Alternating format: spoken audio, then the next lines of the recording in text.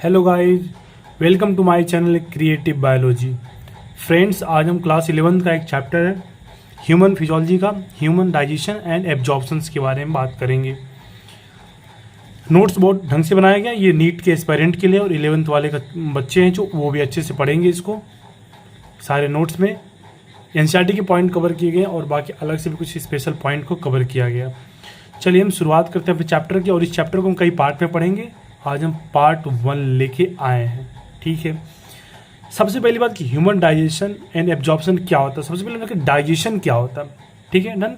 मतलब क्या डाइजेशन होता है, कैसे अपन एक्सप्लेन करेंगे। तो हम कहेंगे digestion is a biochemical and mechanical process of conversion of complex food substance into simple and absorbable form. क्या मैंने बोला digestion is a biochemical and mechanical process of conversion of complex food substance into simple absorbable form.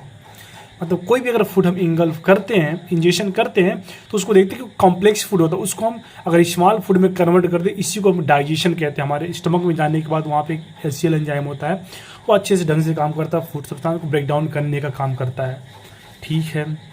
Next point करते हैं alimentary canal क्या होता है। हमारा digestive system का मेन पार्ट एलिमेंट्री कैनाल ही है। सारा एलिमेंट्री कैनाल के बारे में हम डिस्कस करना है हमको। तो देखिए एलिमेंट्री कैनाल क्या होता है, ठीक है। ये tubular structure extended from mouth to anus.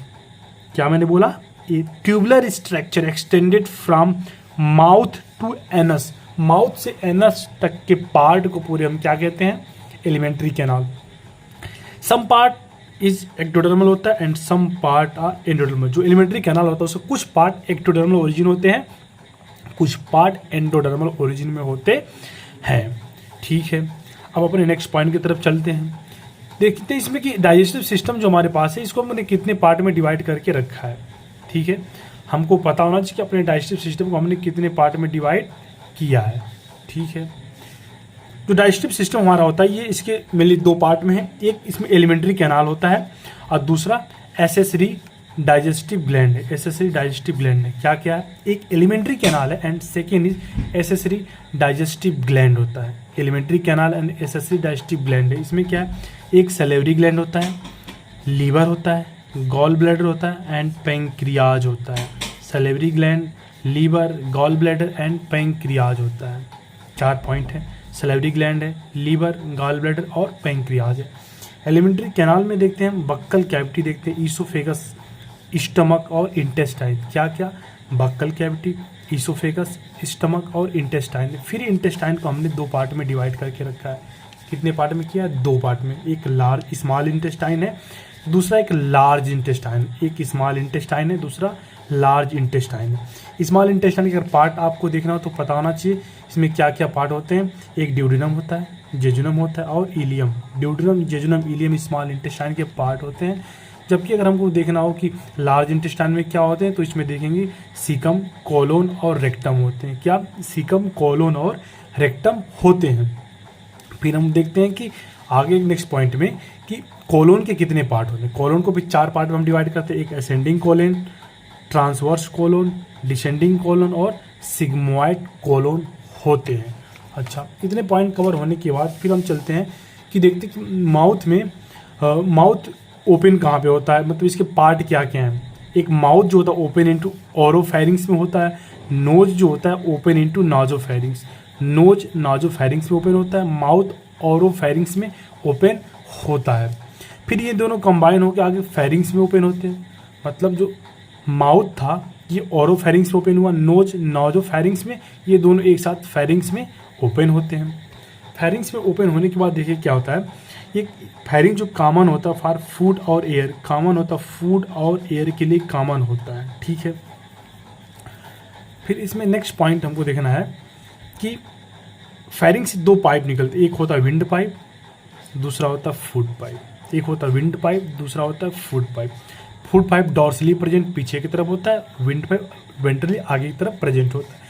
Food pipe की बात करते हैं, ओपनिंग ऑफ फूड पाइप जो होता है उसको हम गुलेट कहते हैं। फूड पाइप का ओपनिंग क्या कहते हैं, गुलेट। फिर गुलेट नीचे आता है ईसोफेगस में कंटिन्यू होता है। फिर इधर जो देखते हैं जो विंड पाइप हमारा होता है, इसको कहते हैं ओपनिंग ऑफ विंड पाइप को कॉल ग्लॉटिस। जो विंड पाइप की ओपनिंग होती है उसको हम कहते हैं ग्लॉटिस। ग्लॉटिस जो कवर्ड होता है ईपी ग्लॉटिस से, glottis is covered by EP glottis. फिर ईपी ग्लॉटिस नीचे आके ट्रेकिया में कंटिन्यू हो गई है पूरी, मतलब ग्लॉटिस नीचे आके ट्रेकिया में कंटिन्यू हो गई, ठीक है। फिर यहाँ पे अगर हम एक पॉइंट देख सकते हैं कि स्लाइटली लोअर ग्लॉटिस के एक लैरिंग्स प्रेजेंट होता है। ग्लॉटिस थोड़ा सा नीचे पॉइंट करेंगे तो लैरिंग्स होता है। लैरिंग्स जो होता है हमारा साउंड बॉक्स होता है या voice producing box, sound box या वॉइस प्रोड्यूसिंग बॉक्स होता है। अब उसको स्ट्रक्चर से थोड़ा हम समझते हैं कि क्या कैसे, मतलब ये विंड पाइप और फुट पाइप की का कॉन्सेप्ट है। ये एक पाइप हमारा आगे की तरफ प्रेजेंट है, दूसरा पाइप पीछे की तरफ प्रेजेंट है। पीछे हम डॉर्सल साइड कहते हैं, आगे वेंट्रल साइड कहते हैं।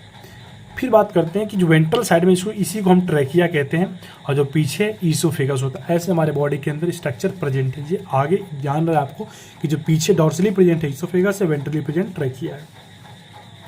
फिर अगर एक पॉइंट हमको देखना है, देख सकते हैं पैलेट के बारे में कि पैलेट क्या होता है। पैलेट हमारे माउथ में प्रेजेंट है, अपर साइड में है। पैलेट में दो पार्ट होते हैं, एक हार्ड पैलेट होता है, एक सॉफ्ट पैलेट। एक हार्ड पैलेट होता है, एक सॉफ्ट पैलेट होता है।